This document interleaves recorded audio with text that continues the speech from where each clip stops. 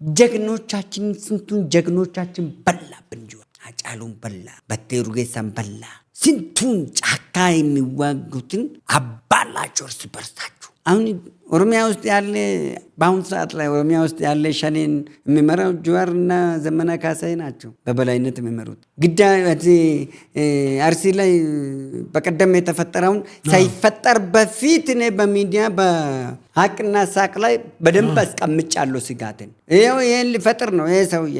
አርሲ ላይ በደንብ ጥንቃቄ አድርጉ።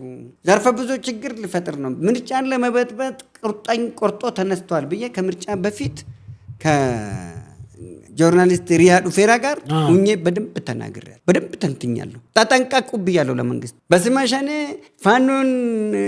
ፋኖና ሸኔ አንድነት ፈጥረው አሳደዋል። ግዳ አያና ላይ የተፈጠረውን ወደዛ ሊፈጽም ነው። ሂዱ ጠብቁ ብያለሁ። አርሲ ላይ የፈጸመውን ነገር ቀጥታ መንግስት ነው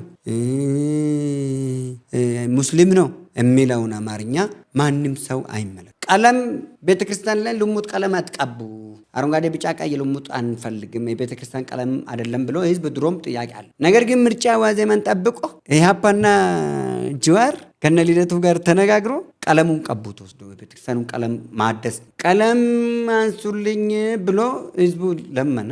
ቀለሙ ላይ ክርክር ነው፣ ጭቅጭቅ ነው።